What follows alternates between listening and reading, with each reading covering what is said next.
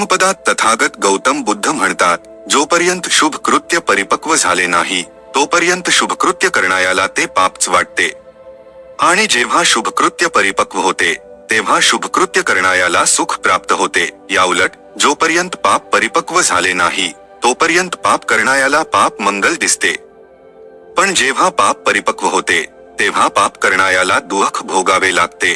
वरील संदर्भाला अनुसरून एक कथा ऐकूया. जंगलात एका झोपडीत एक बौद्ध भिक्षू आणि त्याचा शिष्य राहत होते. भिक्षू वृद्ध झाला होता आणि त्याचा शिष्य अजून तरुण होता. तो वृद्ध भिक्षू एक अतिशय ज्ञानी माणूस होता.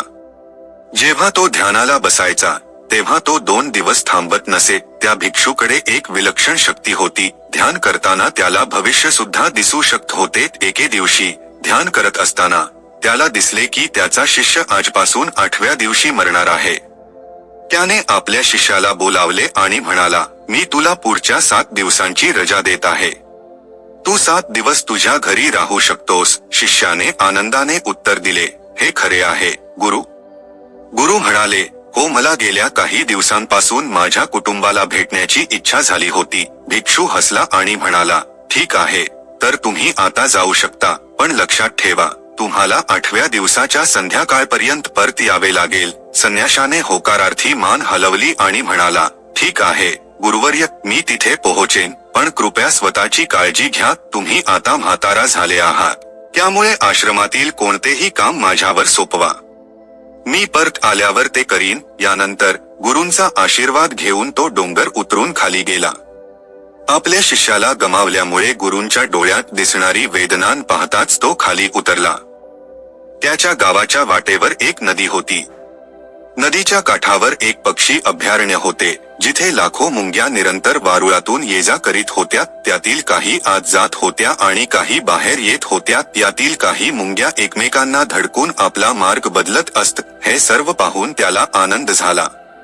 तो काही वेळ तिथे उभा राहून मुंग्यांकडे पाहत राहिला. मग अचानक त्याचे लक्ष नदीकडे गेले.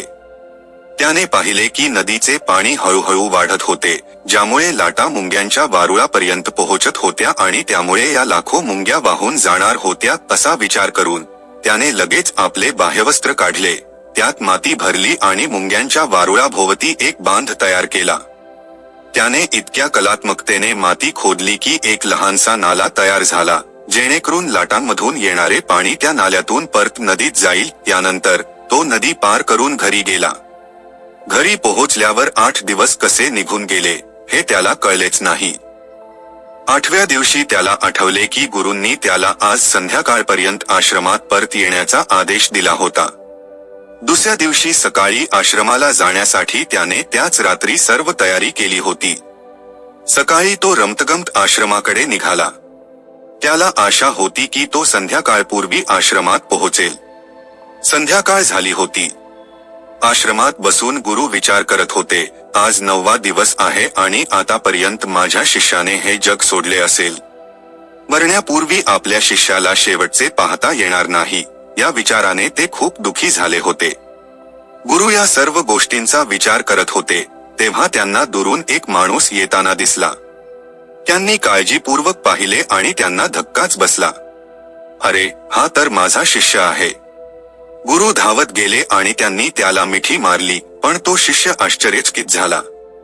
8 दिवसांनंतरही तू अजून जिवंत कसा आहेस? गुरूंनी शिष्याला विचारले. तू इथून गेल्यापासून जे काही केले आहेस ते सर्व मला सांग. मग शिष्याने गुरूंना मुंग्यांची गोष्ट सांगितली. गोष्ट ऐकल्यावर गुरूंना समजायला फार वेळ लागला नाही की त्या शिष्याने लाखो मुंग्यांचे प्राण वाचवले होते आणि या घटनेमुळे त्या शिष्याला दीर्घ आणि सुखी आयुष्य लाभले होते. गोष्ट ऐकल्यावर गुरु म्हणाले, कर्म नक्कीच परत येते. शिष्याला याचा अर्थ समजला नाही, पण त्याने काही न विचारता तो शांतपणे आपल्या आश्रमात परत गेला. जर आपण आपल्या स्वतःच्या आयुष्याकडे पाहिले तर आनंदी जीवन जगण्याचा सर्वात सोपा मार्ग म्हणजे नेहमी चांगली कर्मे करत राहणे. कथेप्रमाणेच चांगल्या कर्मांमुळे दीर्घायुष्य मिळेलच असे आवश्यक नाही. आपल्याला ते मिळेल किंवा नाही, पण हे निश्चित आहे की चांगली कृत्ये आपल्या जीवनातील दुःख आणि त्रास कमी करतात. कर्माचे एक अतिशय सोपे तत्व आहे की आपण जे काही करतो ते अनेक पटींनी आपल्याकडे परत येते, मग ते चांगले असो वा वाईट. दोन्ही अनेक पटींनी आपल्याकडे परत येतात. चांगली कृत्ये करण्यासाठी पैसा असणे आवश्यक नाही. तसेच कोणाचा जीव वाचवणे हेच केवळ एक चांगले कृत्य नाही. आपल्या प्रिय व्यक्तीला लहानशी मदत करणे हे देखील एक चांगले कृत्य आहे.